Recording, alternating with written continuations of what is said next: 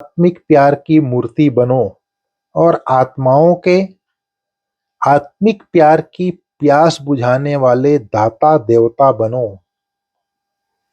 आज बाबा ने विशेष हर ब्राह्मण आत्मा को आत्मिक प्यार की प्यास बुझाने वाले दाता अर्थात देवता बनो बोलता है बाबा। ठीक है ना? फिर बाप दादा ने मधुबन वालों से नजर से निहाल की अर्थात दृष्टि दी बाप दादा ने।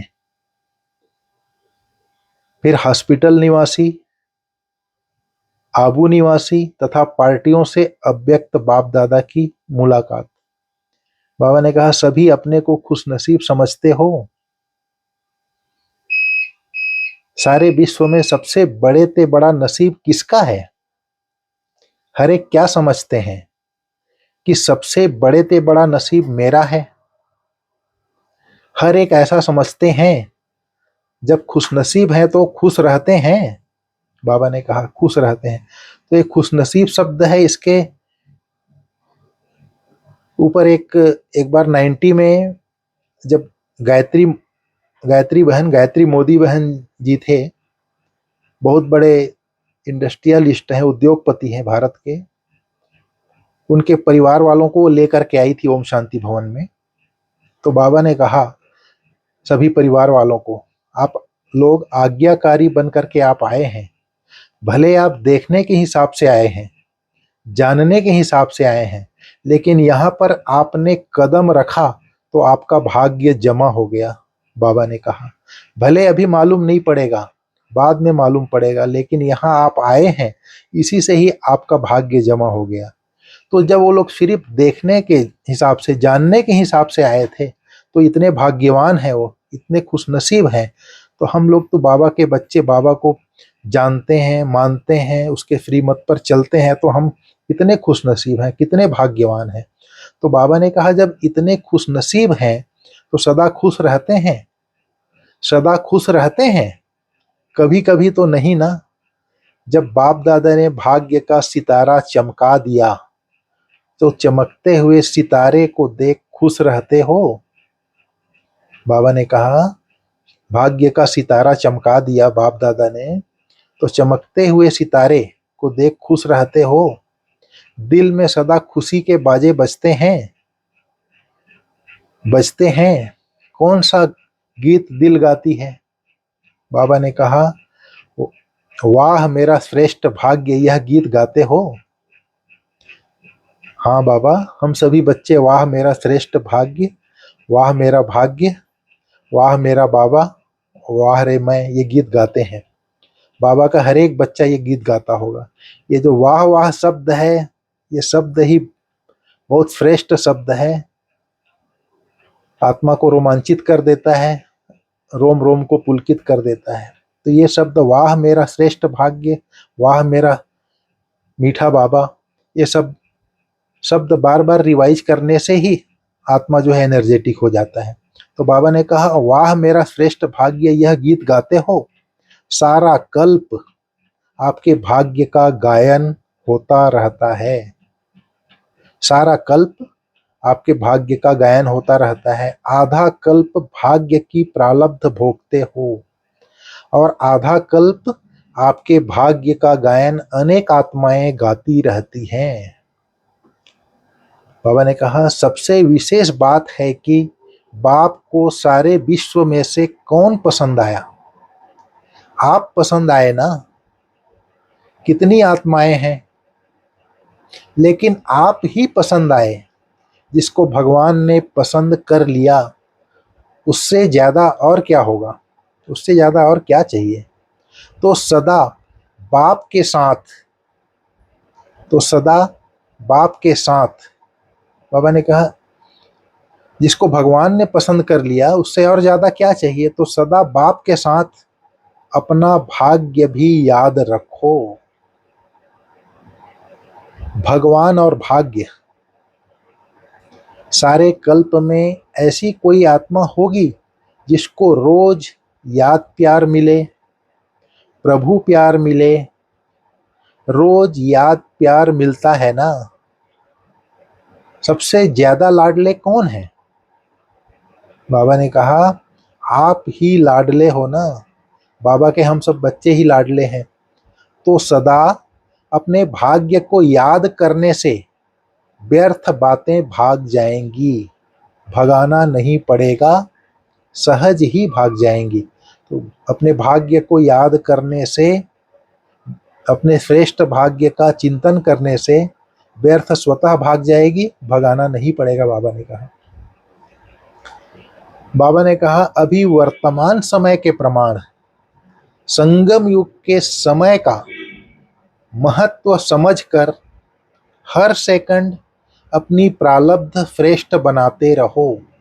वर्तमान समय के प्रमाण, संगम युग के समय का महत्व समझकर हर सेकंड अपनी प्रारब्ध श्रेष्ठ बनाते रहो।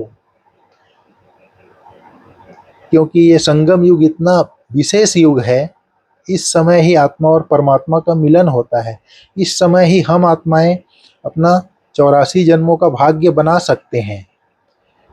इस समय ही हम अपनी आत्मा को, आत्मा रूपी बैटरी को चार्ज कर सकते हैं। तो महत्व समझकर, संगम युग का महत्व, समय के महत्व समझकर हर सेकंड अपनी प्रारब्ध श्रेष्ठ बनाते रहो। एक सेकंड भी व्यर्थ नहीं जाए, क्योंकि एक एक सेकंड का बहुत बड़ा महत्व है। सेकंड नहीं जाता, लेकिन बहुत समय जाता है।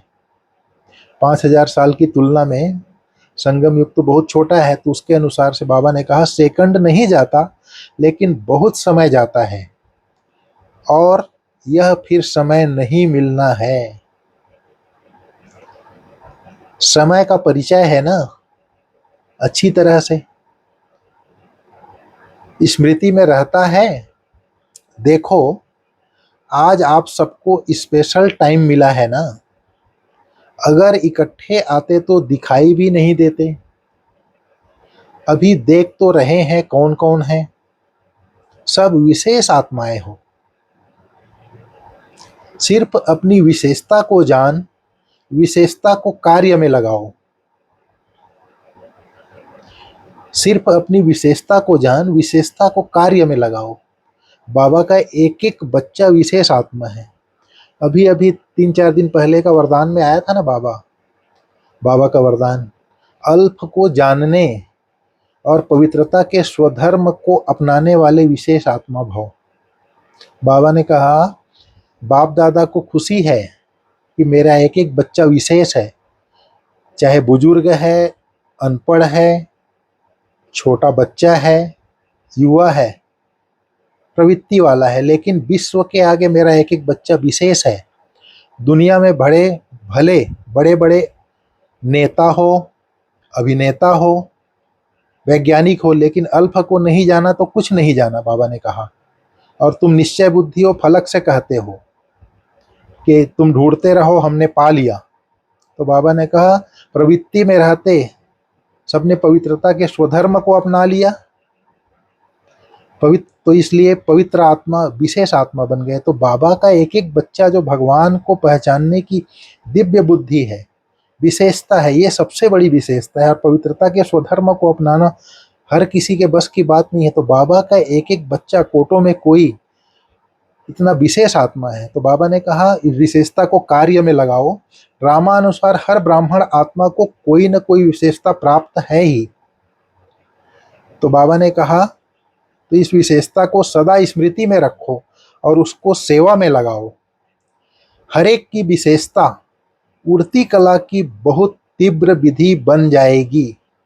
सेवा में लगाना, अभिमान में नहीं आना, क्योंकि संगम पर हर विशेषता ड्रामा अनुसार परमात्मा देन है। परमात्मा देन में अभिमान नहीं आएगा।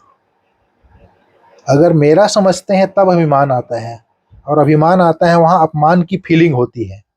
बाबा ने कहा, परमात्मा देन में अभिमान नहीं आएगा। जैसे प्रसाद होता है ना, उसको कोई अपना नहीं कहेगा कि मेरा प्रसाद है, प्रभु प्रसाद है।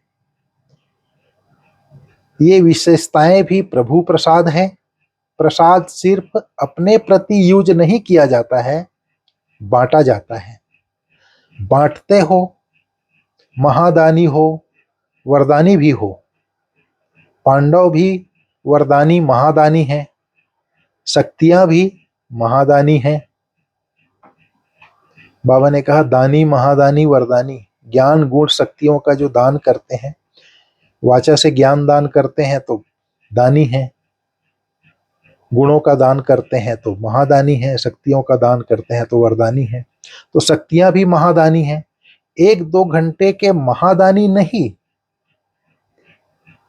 लेकिन खुला भंडार है, इसलिए बाप को भोला भंडारी कहते हैं। खुला भंडार है ना, आत्माओं को अंजलि देते जाओ। कितनी बड़ी लाइन है भिखारियों की, और आपके पास कितना भंडारा भरपूर है, आपके पास कितना भरपूर भंडार है, अखूट भंडार है, खूटने वाला है क्या? बांटने में इकोनॉमी तो नहीं करते, इसमें फ्राग दिली से बांटो। व्यर्थ गंवाने में इकोनॉमी करो, लेकिन बांटने में खुली दिल से बांटो। बाबा ने कहा सभी खुश हैं, कभी कभी थोड़ा थोड़ा रहता है, कभी मूड बहुत खुश, ऐसे तो नहीं। मूड माना स्वभाव, कभी स्वभाव से बहुत खुश हो गए, कभी मूड ऑफ कर लिए, ऐसे तो नहीं ना। फॉलो फादर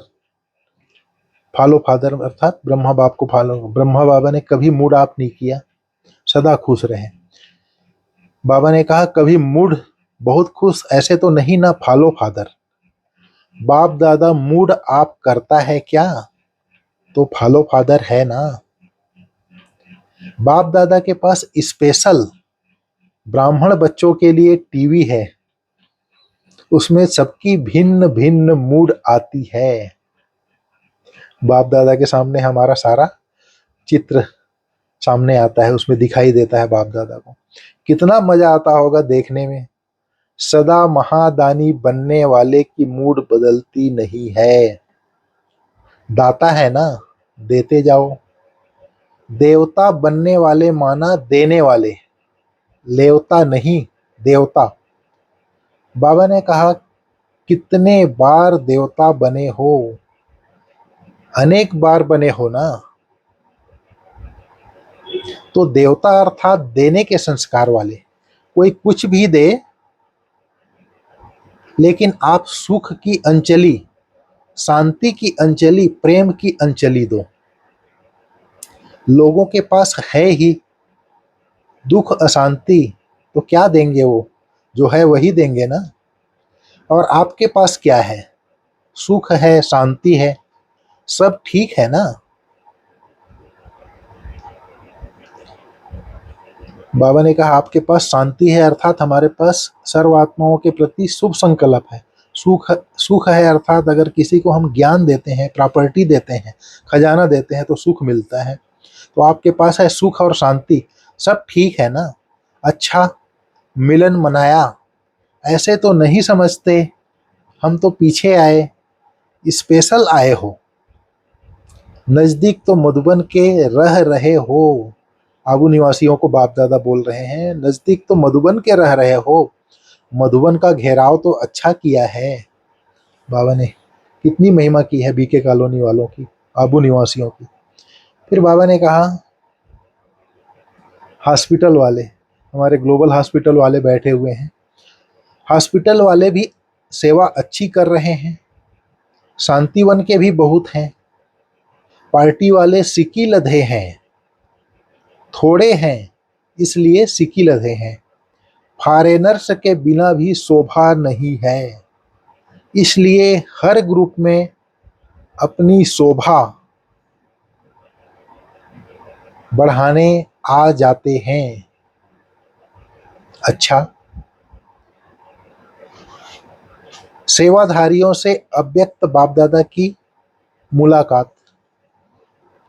बाबा ने कहा सभी सेवा के निमित्त अपना भाग्य बनाने वाले हो, क्योंकि इस यज्ञ सेवा का पुण्य बहुत बड़ा है। तन से सेवा तो करते हो, लेकिन मन से भी सेवा करते रहो तो डबल पुण्य हो जाता है। मनसा सेवा और तन की सेवा, जो भी आते हैं सेवाधारियों की सेवा से वायुमंडल में देख करके अपना लाभ लेकर जाते हैं। मधुबन में आकर के सेवा करना बहुत बड़ा भाग्य है। जैसे बाबा के टर्न में 15,000 20,000 भाई बहनें आते हैं और हमारे सेवाधारी भाई बहनें उनकी सेवा करते हैं, तो उनको सारी फिक्र से मुक्त कर देते हैं। कैसे मुक्त कर देते हैं? तो पार्टी वाले आते हैं, उनको कोई चीज़ की न तो बाजार जाने की चिंता होती है, न अनाज खरीदने की चिंता होती है, सिर्फ न खाना बनाने की चिंता होती है, न बच्चों को तैयार करने की चिंता होती है, न स्कूल भेजने की। उस सब चीज़ से मुक्त होकर के यहाँ बना बनाया खाना मिलता है, हर चीज़ रेडी मिलता है। तो उन लोगों को जो ज्ञान योग की पालना मिलती है, तो उसका भी जो सेवाधारी बाबा के बच्चे हैं उनको दुआएं मिलती है उसका। तो बाबा ने कहा तो डबल पुण्य हो जाता है। एक तो मनसा सेवा, याद में रह करके सेवा करते हैं, और एक तन की सेवा। तो जो भी आते हैं सेवाधारियों की सेवा से वायुमंडल में देख करके अपना लाभ लेकर जाते हैं। तो जितने भी आते हैं सेवा के समय, उतनी आत्माओं का पुण्य या दुआ जमा हो जाती है। उन लोगों को जो सुख मिलता है, जो दुआएं देते हैं, वो दुआ जमा हो जाता है। तो ऐसे सेवा करते हो, तन से भी और मन से भी। डबल सेवाधारी हो या सिंगल, कौन हो? बाबा पूछता है। डबल डबल करते हो, सेवा का प्रत्यक्ष फल भी मिलता रहता है। जितना समय रहते हो एक्स्ट्रा खुशी मिलती है ना, तो प्रत्यक्ष फल भी खाते हो, दुआएं भी जमा होती है, भविष्य भी बना और वर्तमान भी। वर्तमान में खुशी मिलती है और भविष्य के लिए दुआएं मिलती हैं। तो बाप दादा को भी खुशी होती है कि बच्चे अपनी प्रारब्ध बहुत सहज और श्रेष्ठ बना रहे हैं। बस सेवा सेवा और सेवा, और किसी बातों में नहीं जाना। हमारी दादी अक्सर कहती थी, यहाँ आए हो तो तेरी मेरी की बातों में नहीं जाना। बाबा ने कहा सेवा अर्थात जमा करना। जितना भी समय मिलता है तो डबल कमाई करो। सेवा किया अर्थात उसका पुण्य का खाता जमा हो ही जाता है। प्रत्यक्ष फल भी, सेवा का चांस भी आप आत्माओं को प्राप्त है। सेवाधारियों से बाप दादा का विशेष प्यार होता है, क्योंकि बाप दादा भी विश्व का सेवक है, तो समान हो गए ना। कितनी ऊंची बात बाबा कहता है। सेवाधारियों से बाप दादा का विशेष प्यार होता है, क्योंकि बाप दादा भी विश्व का सेवक है, तो समान हो गए ना। मन को बिजी रखते हो या खाली रखते हो? मधुबन अर्थात याद और सेवा। मधुबन में क्या है? यहाँ पर याद और सेवा। चलते फिरते मन याद में और सेवा में बिजी रहे, सभी खुश रहते हो। बाबा ने कहा कभी कभी वाले तो नहीं हो, सदा खुश रहने वाले। आपकी खुशी को देख दूसरे भी खुश हो जाते हैं। कई बार बड़े बड़े नेता लोग आते हैं और खिलाने पिलाने की सेवा जो होती है उसको देख करके बोलते हैं, यहाँ का भोजन तो बहुत अच्छा ही होता है, लेकिन खिलाने वाले भी इतना प्यार से खिलाते हैं, तो उनकी दिल से वो दुआएं निकलती है। तो बाबा ने कहा आपकी खुशी को देख करके दूसरे भी खुश हो जाते हैं। सेवाधारियों को भी टर्न मिला, खुश होना। टर्न मिला ना, विशेष टर्न मिला। मधुबन वालों के निमित्त आपका भी गोल्डन चांस हो गया। स्वयं सदा स्वमान में रह उड़ते रहो। स्वमान को कभी नहीं छोड़ो, चाहे झाड़ू लगा रहे हो, लेकिन स्वमान क्या है? विश्व की सर्व आत्माओं में श्रेष्ठ आत्मा हूँ। बहुत बड़ा सोमान है। बाबा ने कहा आप बच्चे विश्व की सर्व आत्माओं में श्रेष्ठ आत्मा हो, अर्थात मैं सर्वश्रेष्ठ आत्मा हूँ। सर्वश्रेष्ठ आत्मा अर्थात कोटों में कोई आत्मा, महान आत्मा, देव आत्मा, भाग्यवान आत्मा, मास्टर सर्वशक्तिवान आत्मा। तो कोटों में कोई, ये सोमान चाहे झाड़ू भी लगा रहे हैं, लेकिन सोमान क्या है? विश्व की सर्व आत्माओं में श्रेष्ठ आत्मा हूँ।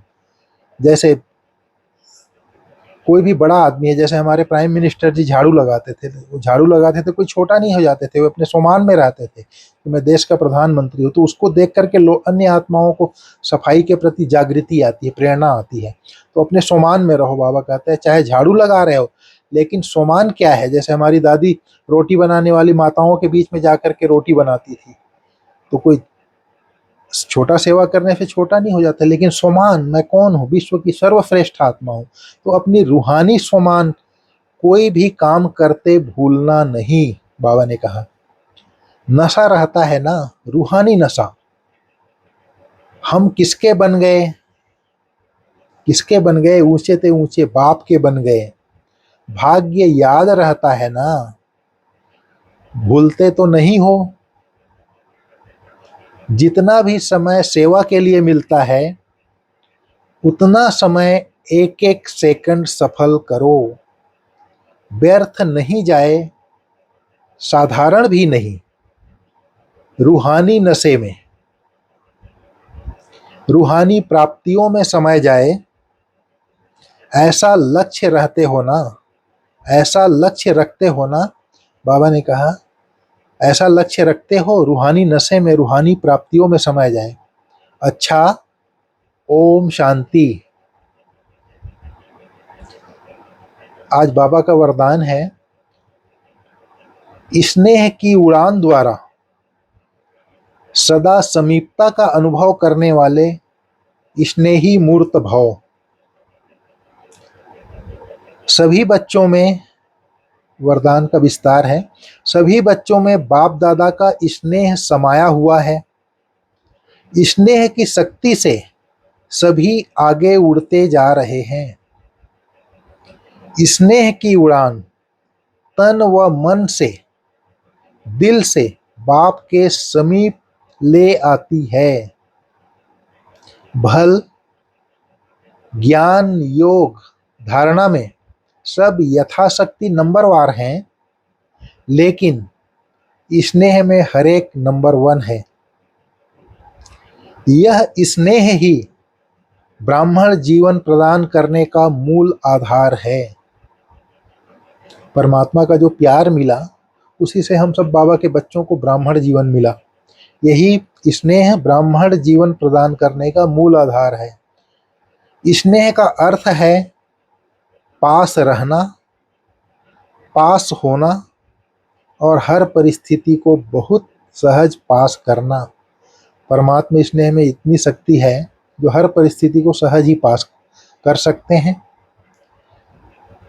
आज का स्लोगन है, अपनी नज़रों में बाप को समा लो तो माया की नज़र से बच जाएंगे। बुद्धि रूपी नज़र में, बुद्धि में हर समय बाप समाया होगा। बाबा कहता है ना, माया जो है व्यर्थ संकल्पों रूपी बाण से दिव्य बुद्धि को कमजोर बनाती है। तो अगर बुद्धि में परमात्मा चिंतन है, बाबा समाया हुआ है, तो माया की नज़र से बच जाएंगे।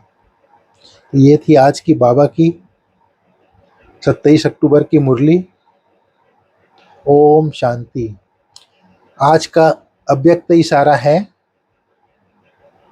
ब्राह्मण अर्थात सबके दिल पसंद स्वभाव संस्कार वाले। ब्राह्मण अर्थात सबके दिल पसंद स्वभाव संस्कार वाले। मेजॉरिटी 95% के दिल पसंद जरूर हो। दिल पसंद अर्थात सर्व से लाइट। सर्व से लाइट अर्थात अगर किसी की बुराई हम देखेंगे तो भारी हो जाएंगे। तो दिल पसंद अर्थात सर्व से लाइट, सर्व की अच्छाई देखने वाले। हर बोल कर्म और वृत्ति से हल्कापन अनुभव हो। आपके कर्म वृत्ति उसको परिवर्तन करे, इसके लिए सहन शक्ति धारण करो। भल कोई किसी भी संस्कार के वश परवश आत्मा हो, उस आत्मा को भी सहयोग दो। कोई का हद का संस्कार प्रभावित न करे। ये थी आज की बाबा का अव्यक्त इशारा। ओम शांति। ठीक है मोनिका बहन, ओम शांति। ओम शांति जी, बहुत बहुत अच्छा, बहुत सुंदर। इतने प्यार से आपने मुरली चलाई और बड़े प्यार से समझाई, बीच में सुंदर सुंदर अनुभव भी बताए, तो आपका दिल से शुक्रिया। लेकिन हम ये कहना चाहेंगे अभी समय है तो क्षमा भी आप मुरली हटा सकते हो। कंप्लीट हो गई मुरली जी। हाँ, तो भाई जी अपना कोई ऐसा अनुभव जिसमें आपको लगता है कि प्यारे बाबा की याद भी रही, वो स्मृति भी रही और वो अनुभव आज भी आपको बहुत गहराई से अभी भी दिल को छू जाता है, जी। तो ऐसा है तो वो सुना सकते हैं क्योंकि हमारे पास समय है अभी। अच्छा,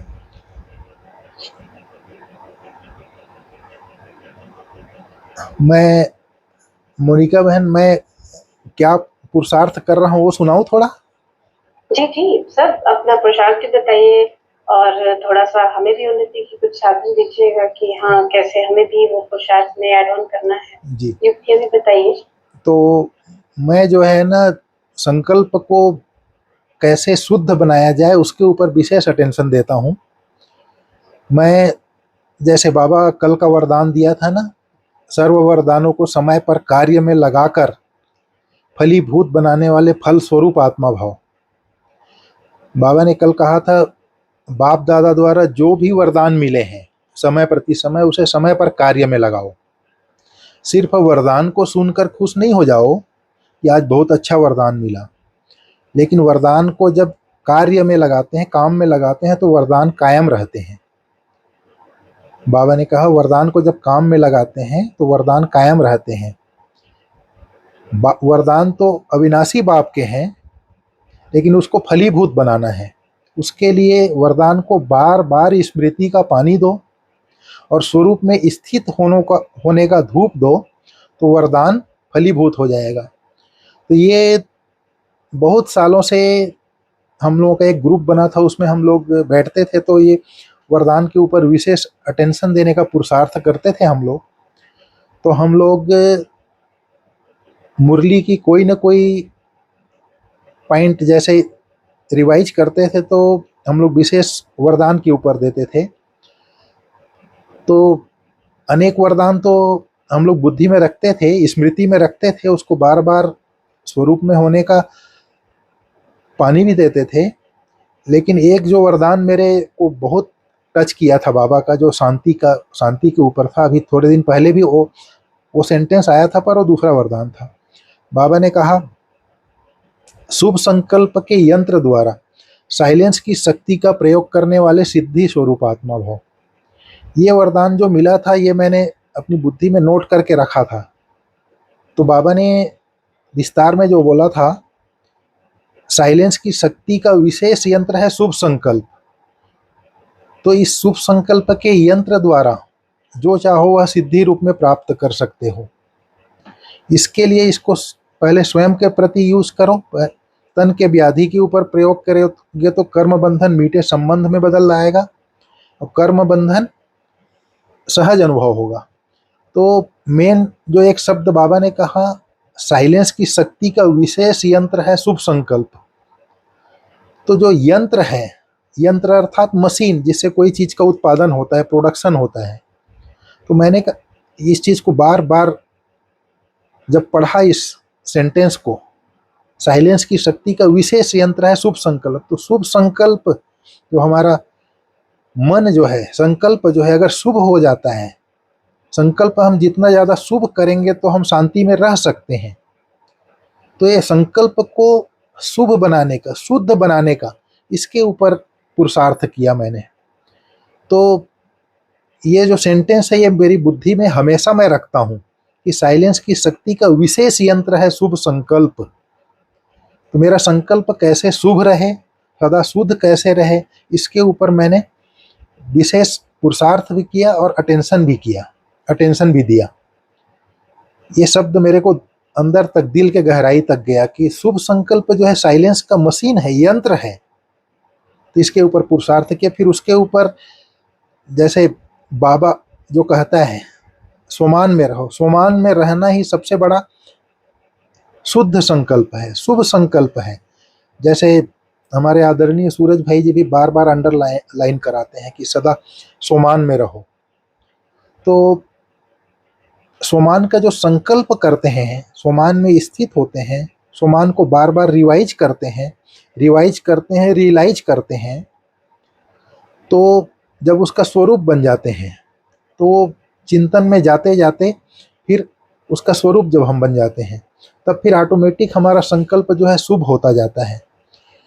एक बार मनोबल एवं मनसा सेवा वाली बुक है, उसमें एक सेंटेंस 1977 की मुरली का जो सेलेक्ट किया हुआ है, बाबा ने कहा, बाप समान सर्व शक्तियों का अधिकारी मास्टर सर्वशक्तिवान आत्मा हूँ। इस शब्द को बार बार रिवाइज और रियलाइज करो तो मास्टर सर्वशक्तिवान अनुभव करेंगे। ये चीज सेंटेंस में लिखा हुआ था। तो ये शब्द जो है उठा करके मैंने इसके ऊपर पुरुषार्थ किया और बहुत सालों से मैं उसको रिवाइज किया और रियलाइज किया।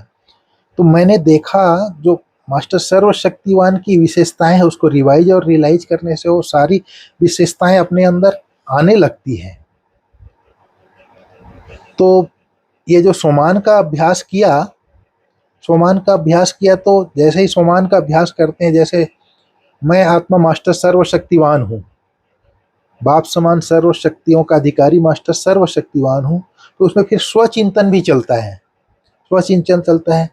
फिर बाबा से बात करते हैं, जी बाबा मैं आत्मा बाप समान सर्व शक्तियों का अधिकारी मास्टर सर्वशक्तिवान हूँ। मीठे शिव बाबा, आपने मुझ आत्मा को बाप समान सर्व शक्तियों का अधिकारी मास्टर सर्वशक्तिवान आत्मा बना दिया। बाबा मैं कितना भाग्यशाली आत्मा हूँ, मैं मास्टर सर्वशक्तिवान आत्मा हूँ। बाबा आपने मेरे अंदर सर्व शक्तियाँ भर दी, ज्ञान का खजाना भर दिया, मेरे को आपने ज्ञान का स्वरूप बना दिया, पवित्रता का स्वरूप बना दिया। बाबा पवित्रता की शक्ति भर करके, प्रेम की शक्ति भर के प्रेम स्वरूप बना दिया। बाबा शांति की शक्ति भर के मुझ आत्मा को आपने शांति का स्वरूप बना दिया। बाबा सुख की शक्ति भर के सुख का स्वरूप बना दिया। बाबा आनंद की शक्ति भर के आनंद स्वरूप बना दिया। बाबा और सर्व शक्तियाँ भर करके शक्तियों का स्वरूप बना दिया। बाबा तो ऐसे स्वचिंतन भी चलता है। स्वचिंतन करते करते जब स्वदर्शन करते हैं, मैं आत्मा बिंदी मेरा बाबा बिंदी, मैं आत्मा विश्व ग्लोब पर बैठा हुआ हूँ और ऊपर परम धाम से शिव बाबा की शक्तियाँ आ रही है, मुझ आत्मा में सर्वशक्तिवान बाप की सर्व शक्तियाँ भरती जा रही हैं, मेरे शरीर के सभी अंगों में जा रही है, सारे विश्व में जा रही है। तो स्वचिंतन भी हो जाता है, शुभ संकल्प भी तो करते ही हैं, सोमान करते हैं तो स्वचिंतन भी हो जाता है, स्वदर्शन भी होता है, और सारे विश्व की आत्माओं में जब वायुमंडल में फैलाने की सेवा करते हैं तो सेवा भी हो जाती है। तो इस तरह से जब सोमान का अभ्यास करते हैं तो स्वचिंतन भी हो गया, स्वदर्शन भी हो गया, हमारी स्वस्थिति श्रेष्ठ बनती जाती है। जब चिंतन करते जाते हैं तो खजाना हमारे भरता जाता है। तो इस तरह से स्वस्थिति श्रेष्ठ जब बन जाती है, स्वस्थिति श्रेष्ठ बन जाती है, तो एक तरह से जब हम मास्टर सर्वशक्तिवान कहें या स्वराज्य अधिकारी कहें या मास्टर ज्ञान सूर्य कहें, तो स्वराज्य अधिकारी अर्थात जिसका मन बुद्धि और संस्कार तीनों जिसका कंट्रोल पे हो। अगर मैं बार बार मैं आत्मा मास्टर सर्वशक्तिवान हूँ, मैं आत्मा मास्टर सर्वशक्तिवान हूँ रिवाइज करते हैं और रियलाइज करते हैं, तो जब मन शुद्ध संकल्पों में रमण करता है, विचरण करता है, अर्थात मन कंट्रोल में होता जाता है। मन कंट्रोल में होता जाता है तो मन हमारे बस में हो गया तो शुभ संकल्प करता है। फिर शुभ संकल्प जो है बुद्धि का भोजन है। जब शुभ संकल्प करते हैं वो बुद्धि में भरता जाता है, तो हमारी वृत्ति शुद्ध बनती जाती है, और शुद्ध बनते बनते बनते फिर हमारी चित्त जो है शांत होती जाती है। तो मन तो शुभ संकल्प कर रहा है, और शुभ संकल्प जो है बुद्धि का भोजन है। बुद्धि भी स्थिर हो जाती है अपने आत्म स्वरूप में और परमात्मा पिता को देखती है, तो बुद्धि भी स्थिर हो जाती है। बुद्धि का भटकना बंद हो जाता है, मन का व्यर्थ संकल्प चलना बंद हो जाता है। फिर हमारा जो संस्कार है धीरे धीरे धीरे धीरे, जैसे बाबा ने आज कहा, हमेशा देने का संस्कार, दातापन का संस्कार, अर्थात सेवाधारी अर्थात मास्टर दाता का संस्कार धीरे धीरे क्रमशः आता जाता है। तो ये चीज मैंने देखा स्वमान का अभ्यास करने से, अर्थात शुद्ध संकल्प में रमण करने से। सबसे बड़ा शुभ संकल्प स्वमान का संकल्प करना ही सबसे बड़ा शुभ संकल्प है, बाबा ने कहा है। तो ये सब चीजें, और स्वमान, स्वमान के पहले है हमारा स्वाध्याय। स्वाध्याय अर्थात मुरली, जो बाबा 4 पेज की मुरली रोज सुनाते हैं, रोज सुनाते हैं। इसी से हम जो मुरली को थोड़ा सा अपने बुद्धि में बिठा करके कुछ एक पॉइंट को उसको बार बार रिवाइज कर लेंगे। आज बाबा ने ये कहा, आज बाबा ने ये कहा, आज बाबा ने ये कहा। तो ये जो शुभ संकल्प में हम रमण करते जाएंगे, उसको बार बार रिवाइज करेंगे, रियलाइज करेंगे, तो बुद्धि में स्टोर होता जाता है। फिर हमारा संस्कार उसी के अनुरूप बनता जाता है। ये चीज मैंने क्रमशः अनुभव किया। तो ये जो मुरली है, बाबा बार बार बोलता है मुरली मुरली मुरली, ये हमारा जो जीवन है श्रेष्ठ बन सकता है। तो सिर्फ एक मुरली से ही हमारा श्रेष्ठ जीवन बन सकता है, हमारा संकल्प शुद्ध बन सकता है, हमारी बुद्धि दिव्य बुद्धि बन सकती है, हमारे संस्कार श्रेष्ठ बन सकते हैं। ये मुरली रोज 4 पेज की पढ़ते हैं, उसमें से जब तक हम याद करके उसको स्मृति में नहीं लाएंगे, तब तक वो फलीभूत नहीं होगा। फलीभूत अर्थात वो फल नहीं देगा। कल का वरदान कितना अच्छा दिया था बाबा ने। जब तक उसको हम मुरली तो पढ़ लेते हैं, पढ़ करके बहुत अच्छी थी मुरली, बुद्धि में भी आती है, बुद्धि में जाता भी है, लेकिन उसको जब तक याद करके उसको बार बार रिवाइज नहीं करेंगे, तब तक मन भी शुद्ध संकल्प में रमण नहीं करेगा, बुद्धि का भोजन भी नहीं मिलेगा, और हमारा संस्कार भी नहीं बनेगा। इसलिए रोज की मुरली अवश्य जो है, पढ़ते तो ही हैं, स्मृति में भी लाते हैं, लेकिन उसको बार बार कोई भी चीज को ले करके, जैसे वरदान तो कितना अच्छा होता है, वरदान बाप दादा वरदान तो सहज है। इसको ले करके उसको हम जब चिंतन करते हैं तो अपना बन जाता है, अपना अपना चीज हो जाता है, फिर उसको हम यूज कर सकते हैं। इस तरह से संकल्पों को शुद्ध बना सकते हैं, बुद्धि को दिव्य बना सकते हैं, और संस्कार को श्रेष्ठ बना सकते हैं। तो मेरा अभी मुख्य पुरुषार्थ कैसे करके, जब सोमान में रहता हूँ, अर्थात कैसे शुद्ध संकल्प में मैं कैसे विचरण करूं, इसके ऊपर मेरा विशेष अटेंशन रहता है। ठीक है मोनिका बहन? जी भाई जी, बहुत सुंदर। आपको वरदान भी याद है, अभी तक वो जो भी आपने पढ़ा है वो भी एकदम से आपको याद आ जा रहा है। ये सबसे बड़ी बात है। तो ये यही पता चलता है कि आपने कितना गहराई से मन चिंतन कर रखा है, विचार चिंतन करते रहते हैं आप। बहुत बढ़िया। तो जी, अगर हमारे भाई बहन आपसे कुछ पूछना चाहे अपने पुरुषार्थ के लिए, तो आप वो क्वेश्चन आंसर लें कुछ। मैं हमारे भाई बहनों को थोड़ा सा अ, जो मैंने वरदान याद किया है, मैं कुछ सुनाना चाहता हूँ, ताकि वो प्रैक्टिकल में मैंने किया है वो देखें और वो स्वयं भी करें। जी बिल्कुल, बहुत अच्छा है। तो कुछ मैं सिर्फ हेडिंग हेडिंग सुनाता हूँ, ऐसे तो विस्तार सहित बाबा ने याद करवाया है, पर जो हेडिंग है वो मैं सुनाता हूँ थोड़ा सा हमारे भाई बहनों को, ताकि उनको उनके अंदर उमंग उत्साह भी आएगा और अच्छा भी लगेगा।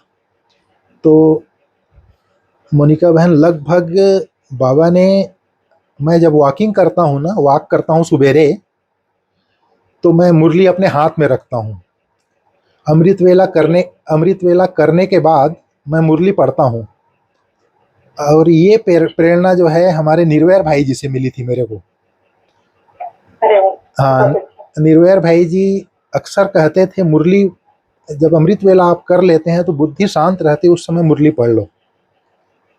फिर जब मुरली पढ़ लेता हूँ तो वॉक के लिए निकलता हूँ तो फिर मुरली मेरे हाथ में होती है। तो वॉक करते करते मैं अकेला वॉक करता हूँ, किसी के साथ वॉक नहीं करता। तो मुरली वरदान में रिवाइज करते जाता हूँ, चिंतन करते जाता हूँ, फिर वो बुद्धि में जाता है। तो इस तरह से बहुत सालों से मैंने किया, तो लगभग 100 से ज़्यादा वरदान बुद्धि में बैठ गया। तो मैं कुछ एक वरदान में सुना रहा हूँ मोनिका बहन। बाबा ने कहा था, और वरदान को मैंने सोमान के रूप में यूज़ करता हूँ। तो बाबा ने कहा, साधारणता द्वारा महानता को प्रत्यक्ष करने वाली विशेष आत्मा भव। बाबा ने कहा। फिर बाबा ने कहा, सर्व कर्म इंद्रियों को ला और आर्डर प्रमाण चलाने वाली मास्टर सर्वशक्तिवान आत्मा भव। बाबा ने कहा। बाबा ने कहा, जिम्मेवारी की स्मृति से सदा अलर्ट रहने वाली शुभ भावना शुभ कामना संपन्न आत्मा भव। बाबा ने कहा। बाबा ने कहा, सब कुछ बाप हवाले कर डबल लाइट रहने वाले बाप समान न्यारे और प्यारे आत्मा भव। ड्रामा में हर समस्या को खेल समझ एक्यूरेट पार्ट बजाने वाले हीरो पार्टधारी आत्मा भव। सर्वशक्तिवान बाप के साथ की स्मृति से सदा सफलता का अनुभव करने वाले कंबाइंड रूपधारी आत्मा भव। बाबा ने कहा, अपने श्रेष्ठ दृष्टि वृत्ति द्वारा सृष्टि का परिवर्तन करने वाले विश्व के आधार मूर्त आत्मा भव।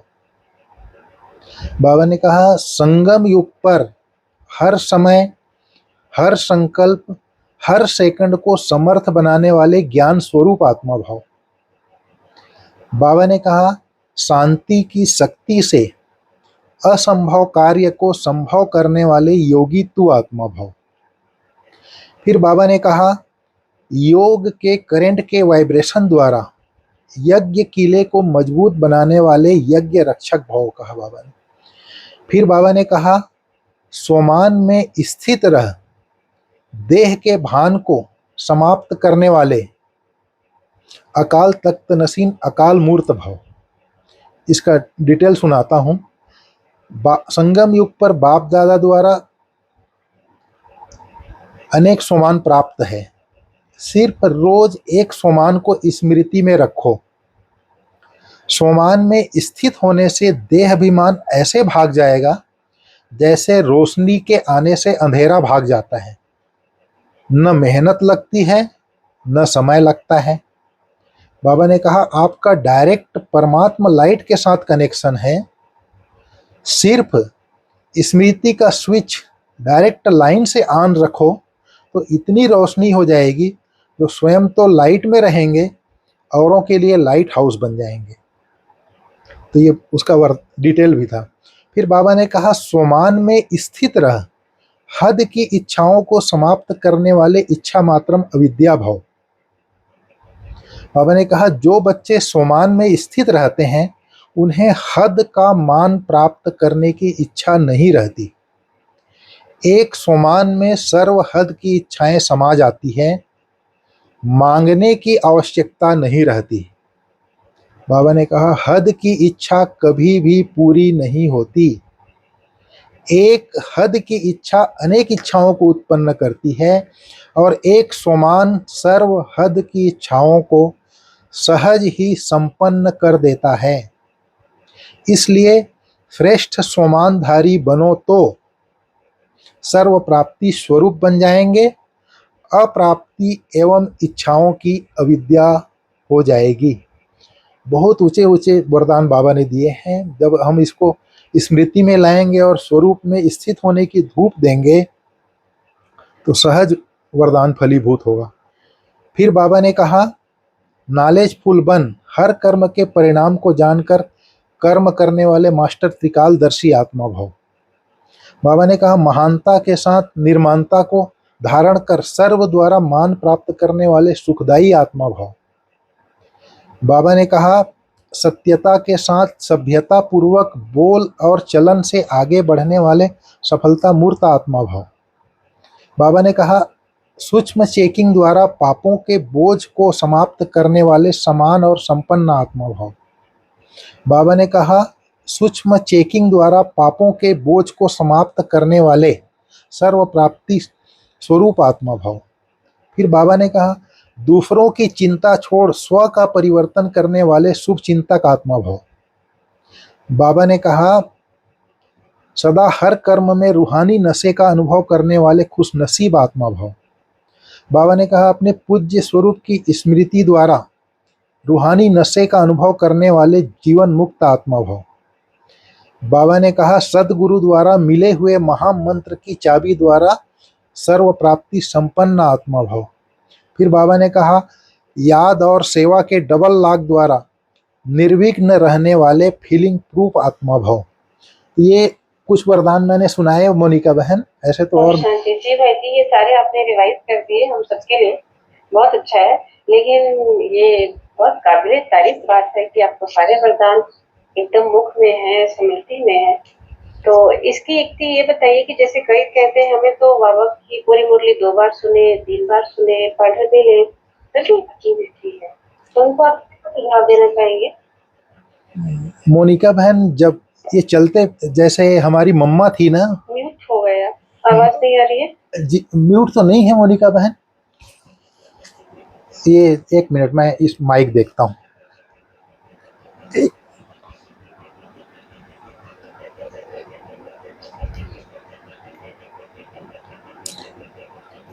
जी, अब ठीक है। आ रहा है मोनिका बहन? जी जी, अब ठीक है जी, वो माइक की बैटरी चली गई थी। जी। तो ये जो, जैसे हमारी मम्मा थी ना। हेलो। हाँ जी, हाँ जी भाई जी। हाँ, मम्मा का हमारी दादियाँ सुनाती थी मोनिका बहन। इसके लिए जो है, मम्मा जो है जब मुरली सुन लेती थी बाबा का, उस समय तो प्रिंट होता नहीं था, बाद में प्रिंट होता था। हमारी यीशु दादी 60 हैंड वाली थी, तो मम्मा जो है मुरली सुन करके ऊपर छत में जा करके बैठ जाती थी। हमारे आत्म प्रकाश भाई जी सुनाते थे और सारी मुरली रिवीजन करती थी छत में जा करके, तब मम्मा की बुद्धि में बैठता था। तो मैं ये मुरली अमृत वेला के बाद मुरली पढ़ता हूँ, मेरे पास मुरली की कॉपी होती है, बाबा के घर से मिलता है। उसके बाद जब वॉक करता हूँ तो उसको, वरदान को मैं पढ़ते जाता हूँ, फिर उसको स्मृति में लाते जाता हूँ, फिर उसको कई बार अन्य आत्माओं को भी सुनाता हूँ। तो फिर ये मेरा बन जाता है, मेरी प्रॉपर्टी बन जाती है। फिर उसको बार बार मैं अपने अंदर चिंतन में लाता हूँ। जैसे बाबा ने कहा है ना, योग में बैठते हो तो मगन अवस्था का अनुभव करने के लिए अपने अनेक प्रकार के टाइटल व सम्मान, खुशी की पॉइंट, रूहानी नशे की पॉइंट, रचना और रचता के विस्तार की पॉइंट, सर्व प्राप्तियों को पॉइंट पॉइंट स्मृति में रखो। उसमें से आपको जो पसंदी हो उस पर मनन करते जाओ। मनन करते से मगन अवस्था का अनुभव होगा, बुद्धि शक्तिशाली हो जाएगी, परवश नहीं होंगे। तो ये जो मगन अवस्था का अनुभव योग में करना है, उसमें मैं यूज करता हूँ, तो बार बार उसको रिवाइज करता हूँ, तब वो स्मृति में रहता है मेरा। इस तरह से ये याद रहता है मोनिका बहन। जी, बहुत सुंदर। यानी यहाँ आपका कहना है कि पहले आप सुबह से ही जैसे हमने सेवा किया, माइंड फ्रेश है, उसमें अगर मुरली आपने मुरली ली, वरदान पढ़ा, फिर पूरा उसको इतनी ध्यान से पढ़ा, मानस पटल पे छा गया, फिर औरों को भी सुनाया, वाचा में आ गया, फिर जैसे ही स्मृति में पक्का होता गया, गहराई से उस पर जो विचार मंथन किया और हुआ, और शाम तक वो आपका बन गया होता है, ये कह सकते हैं? जी, ये तभी हो जाता है, मॉर्निंग में ही हो जाता है। मैं तो उसको मॉर्निंग में ही करता हूँ पक्का। जी जी, यानी कि जब साकार मुरली जब चलती है 7 बजे, तब तक वो आपका बन चुका होता है पूरी तरह से, जी जी ऐसा? जी अरे वाह, बहुत अच्छा है, बहुत बढ़िया। जी तो हम सबको भी युक्ति मिल गई है कि वरदान अपने कैसे बनाने हैं। ऐसी कोई और युक्ति बता सकते हैं आप, सबकी भलाई के लिए, सबके पुरुषार्थ के लिए? जी। तो खास तो मैं इसी के ऊपर अटेंशन देता हूँ, जी और अटेंशन दे करके और सुबेरे हम लोग डॉक्टर सतीश गुप्ता जी के साथ भी वॉकिंग करते हैं ना, गुप्ता जी के साथ वॉक करते हैं तो सारी मुरली को फिर रिवीजन करते हैं हम लोग। जी तो इस तरह से मुरली जो है बुद्धि में जाता है और वो स्मृति में रहती है, फिर रिवाइज करते करते अपना सामग्री बन जाता है, अपना मटेरियल बन जाता है। तो इस तरह से जैसे कई एक मुरली होती है ना, तो उसको बार बार रिवाइज करके मैं उसको, जैसे मैं आपको बताना चाहता हूँ, इसके ऊपर रिवाइज और बार बार रिवाइज करने से ही ये बुद्धि में बैठता है। जैसे ये बुद्धि में बैठ गया, वरदान मेरे बुद्धि में है, तब तो मैं आपको सुना रहा हूँ। जी तो बिल्कुल। तो बार बार उसको मैं रिवाइज करता हूँ, तब वो बुद्धि में फिर स्टोर हो जाता है। जी जैसे अभी अभी एक दिन की मुरली आई थी, ऊपर नीचे की मुरली, उसको मैंने 7 बार 8 बार पढ़ा, 7 बार 8 बार पढ़ा, तो फिर वो मेरी स्मृति में आ गई। जैसे उस दिन बाबा ने कहा था ना, ये वंडरफुल सत्संग है, यहाँ जीते जी मरना सिखलाया जाता है। तो जीते जी मरना क्या होता है, ये उसको उसके ऊपर चिंतन किया। जैसे व्यक्ति मर जाता है, ये वंडरफुल सत्संग है, जीते जी मरना सिखलाया जाता है। जीते जी मरना क्या होता है, जब व्यक्ति एक शरीर छोड़ देता है तो उसका पुराने देह के संबंध, देह के पदार्थ, व्यक्ति, वस्तु, वैभव सब छूट जाता है। अब वो नया जन्म लेता है तो नया संस्कार होता है उसका। तो इस तरह से उसके ऊपर हम लोग चिंतन करते हैं। और फिर बाबा ने कहा, जो जीते जी मरते हैं वही हंस बनते हैं। हंस बनते हैं अर्थात, अभी अभी सूरज भाई जी एक दिन बता रहे थे, हंस जो है पानी और दूध को अलग कर देता है।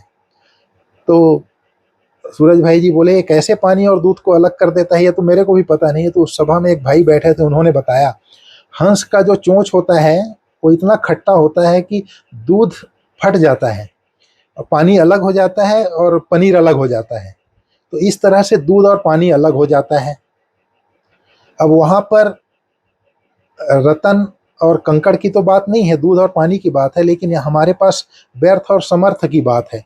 तो हम जब समर्थ और व्यर्थ को पहचान लेते हैं, जीते जी जो मरते हैं अर्थात मर करके पुराने संस्कार को छोड़ देते हैं, नए संस्कार धारण करते हैं, तो जो जीते जी मरते हैं वही हंस बनते हैं। फिर बाबा ने उस दिन कहा था, तुम बच्चों को कौन सी फिक्रात होनी चाहिए? तो बाबा ने कहा, विनाश के पहले संपन्न बन जाने की फिक्रात हम बच्चों को होती है। फिर बाबा ने कहा, जो बच्चे ज्ञान योग में मजबूत हैं, उन्हें मनुष्य से देवता बनाने की हाबी होती है। वे सर्विस के बिना रह नहीं सकते हैं, सर्विस के बिना रह नहीं सकते, और जिन्न के मिसल भागते रहते हैं, लेकिन सर्विस के साथ साथ स्वयं को संपन्न बनाने की भी बच्चों को फिक्रात रहती है। तो ये चीज़ बार बार रिवाइज करते हैं, तब फिर ये बुद्धि में चला जाता है। फिर बाबा ने उस दिन बोला था, लास्ट सो फास्ट जाने के लिए महावीर बन पुरुषार्थ करना है, लास्ट सो फास्ट जाने के लिए महावीर बन पुरुषार्थ करना है, माया के तूफानों से डरना नहीं है। फिर बाबा ने कहा, बाप समान रहम दिल बन औरों की बुद्धि का ताला खोलने की सेवा करनी है। फिर बाबा ने कहा, सेकंड पॉइंट में बोला था, ज्ञान सागर में ज्ञान स्नान कर परी ज्यादा बनना है। उसकी सीक्वेंस कितनी अच्छी बनाई है मुरली वाले ने। ज्ञान सागर में ज्ञान स्नान कर परी ज्यादा बनना है, एक दिन भी पढ़ाई मिस नहीं करनी है, हम भगवान के स्टूडेंट है, इस नशे में रहना है। फिर बाबा ने कहा, वरदान में उस दिन बोला था, गंभीरता के गुण द्वारा फुल मार्क्स जमा करने वाले गंभीरता के देवी देवता भाव। बाबा ने कहा, वर्तमान समय गंभीरता के गुण की बहुत आवश्यकता है, क्योंकि बोलने की बहुत आदत हो गई है, जो आया वह बोलते रहते हैं। बाबा ने कहा, अगर कोई अच्छा काम किया और बोल दिया तो आधा खत्म हो जाता है, आधा जमा होता है, और जो गंभीर होता है उसका फुल जमा होता है।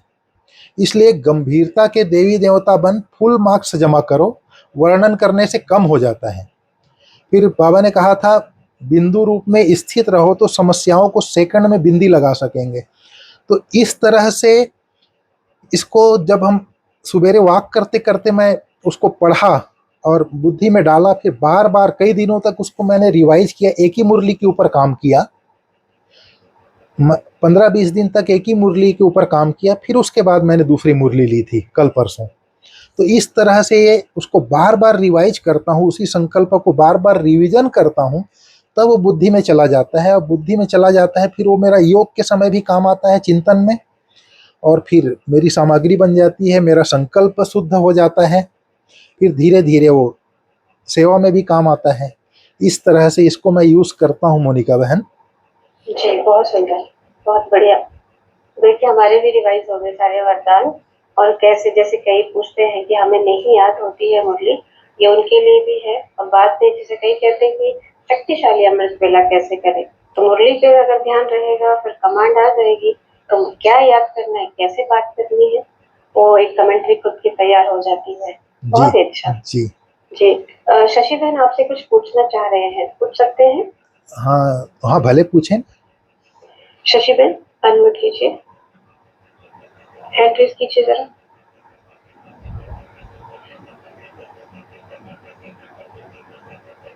जी,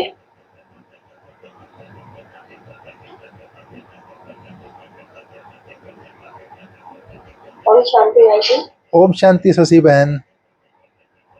भाई जी, ये पूछ रही थी मैं जी कि सारी मुरली याद नहीं रहती है, जैसे आपने बहुत अच्छे से, मतलब कितना अच्छा सुनाया है कि मन कर रहा है कि बाबा बस सारे ऐसे ही वरदान मुझे याद हो जाए। और जी भाई जी, एक भाई जी हैं, कीर्ति भाई जी, वो जी जब भी हमसे मिलते हैं ना, वो वरदान ही पूछते हैं कि आपको कितने वरदान याद है। जी जी तो नहीं, हमें याद नहीं होते, सच बोल रहे हैं। जी बाकी जैसे मुरली सारी याद नहीं होती, तो मैं ये कह रही थी कि उसमें से जैसे कोई भी एक पॉइंट होती है, तो उसी पे वर्क करें।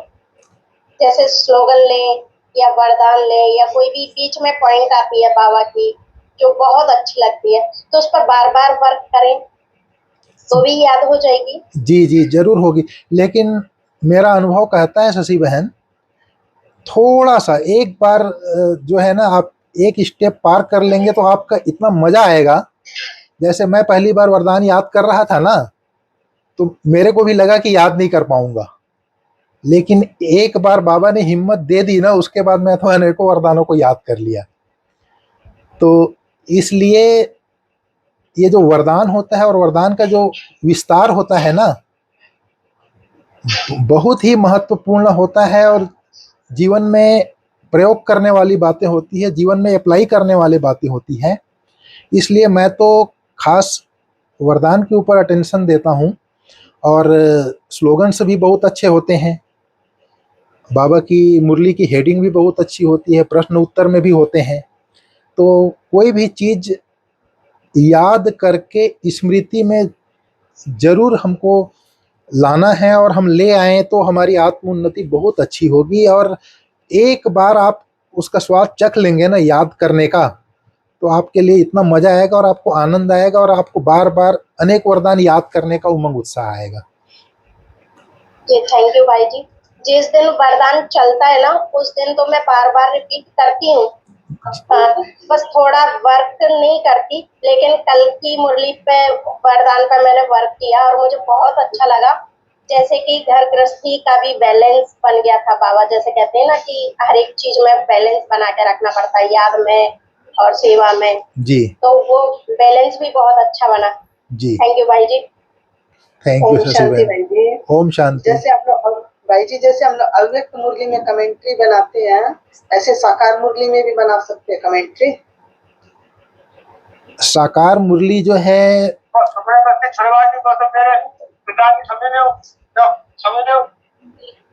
सा, साकार मुरली में भी बना सकते हैं, लेकिन प्रत्येक मुरली में नहीं बनती है।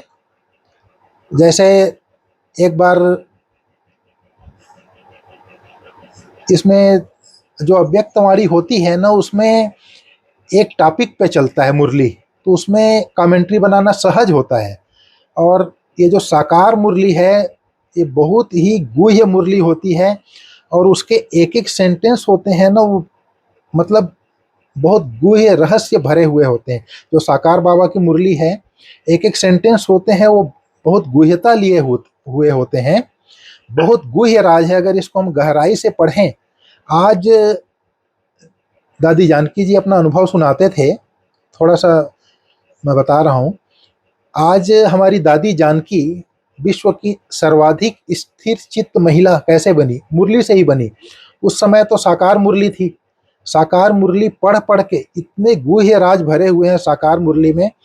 अव्यक्तवाणी तो गूढ़ता से भरा हुआ है ही है, बहुत सहज रीति से बाबा ने समझाया है और टॉपिक के ऊपर बोलता है बाबा। लेकिन ये जो साकार मुरली है, साकार मुरली की एक एक लाइन पूरा एक एक मुरली है। तो साकार मुरली का भी बना सकते हैं। और जैसे अभी मैं मुरली सुना रहा था साकार मुरली, मैं होली हंस आत्मा हूँ, तो होली हंस का विस्तार दे सकते हैं थोड़ा। मैं मर्जीवा आत्मा हूँ, या मैं गंभीरता का देवी देवता आत्मा हूँ, बिंदु रूप में स्थित रह सर्व समस्याओं को हल करने वाली बिंदु स्वरूप आत्मा हूँ। इस तरह से साकार का भी बना सकते हैं। बाकी जो अव्यक्तवाणी होती है, इसका बनाना बहुत इजी होता है, क्योंकि बहुत विस्तार से बाबा इसमें समझाता है और टॉपिक वाइज समझाता है। इसलिए भले बनाइए, बना भी सकते हैं, और अव्यक्तवाणी का बनाना सहज होता है। ओम शांति। ओम शांति। थैंक यू भाई जी, थैंक यू सो मच। आपने इतने अच्छे से समझाया है कि अभी सभी वरदान पे भी काम करेंगे और मुरली पर भी बार बार पढ़ेंगे, अच्छे से पढ़ेंगे जी और विचार सागर मंथन भी करेंगे। और अब अगली बार जब आएंगे तो हम सभी वरदान सुनाएंगे आपको। बहुत बहुत धन्यवाद। जी जरूर, हम भी काम करेंगे मतलब सभी। ये मोनिका बहन, इसमें कोई एक बार एक वरदान याद हो गया ना, तो जी उसका टेस्ट आ गया, तो समझ लीजिए कि आप अनेकों वरदान याद कर सकते हैं। जी बिल्कुल जी, जी बहुत सुंदर। जी। और मेरे को ऐसा लगता है जैसे कोई दिन मुरली हम लोग रिवाइज करके अपना सामग्री नहीं बनाते हैं, तो ऐसा लगता है जैसे कोई खाया नहीं, खाली खाली लगता है। इसलिए आत्मा का भोजन कम मिला उसको जी जी ऐसा। जी, जी जी मतलब खाली खाली लगता है। रिवाइज करके जब तक मुरली हम बुद्धि में नहीं डालते हैं, तब तक ऐसा लगता है जैसे खाली खाली है। ठीक है मोनिका बहन। जी जी जी, बहुत बहुत शुक्रिया, बहुत अच्छे से मुरली सुनाई। और जैसे आपको वरदानों की इतनी शक्ति मिली है, तो वो आपकी वाणी में भी वो माधुर्य है, वो परमात्मा शक्ति है। Thank you Baba, thank you आपका। ये जो है बड़ी दादी की, हम लोग दादी प्रकाश मणि जी के पास सेवा करते थे ना मोनिका बहन। जी जी तो दादी प्रकाश मणि जी, मैं तो 2005 में आया, 2007 25 अगस्त को दादी जी चले गए। हाँ जी तो दादी जी का जो हम लोगों को सेवा करने का चांस मिला, जैसे दादी जी अहमदाबाद जाते थे, तो हम लोग जो सेवा में रहते थे, और दादी जी जैसे खाट में रहती थी, तो हम लोग कभी कभार अदली बदली करते थे साइड। तो ये जो थोड़ा सा जो भाग्य मिला दादी का सेवा करने का, उसका जो पुण्य मिला ना, तो ऐसा लगता है मेरे को इसका बहुत बेनिफिट मिला। बड़ों की जो सेवा करते हैं, जी इसकी बहुत प्राप्ति हुई, ऐसा मेरे को एहसास होता है। ये जो मेरे को याद करने की शक्ति मिली, ये जी चीज बड़ों की दुआओं से, अर्थात हर आत्मा का, आज बाबा ने बोला ना दुआएं जमा करो सेवा करके, तो जी हर आत्मा को हम सुख दें, तो फिर हमारे जीवन में सुख और शांति और दुआएं जमा हो जाती हैं। तो ये दुआओं का फल भी बहुत होता है। हाँ जी बिल्कुल। जी आपने वो सेवा की है, सेवा से दादी ने हो सकता है मन ही मन आपको एक वरदान दिया है जो आज फलीभूत हो रहा है। जी बहुत अच्छी बात है। जी बाबा, थैंक यू आपका। आप पुनः आए और बड़े अच्छे से हम हमसे भी वरदान सुने और प्यारी मीठी मुरली भी सुनाए, यही हमारी शुभकामना है। मुझे बहुत अच्छा लगेगा मोनिका बहन। सब हमारे भाई बहन जैसे मैंने सुनाया ऐसा सुनाएंगे, तो मेरे को बहुत खुशी होगी। जी जी, इसलिए शायद बाबा ने आज कहा कि आज आप सुनाए, क्योंकि जी बाबा चाहते थे कि हम सबकी उन्नति हो। जी जी। तो भाई जी का सभी थैंक यू कर सकते हैं एक हाथ की ताली से वीडियो ऑन करके। थैंक यू भाई जी। ठीक है ओम मोनिका शांति, बहन, ओम ओम शांति। ओम जी। और अभी हम सब मिलकर तुम शाम करेंगे, प्यारे बाबा को याद करेंगे। मोनिका बहन मैं बाहर हो जाऊं? जी जी, अभी आप लीव कर सकते हैं। बहुत बहुत शुक्रिया। जी, ओम शांति। ओम शांति।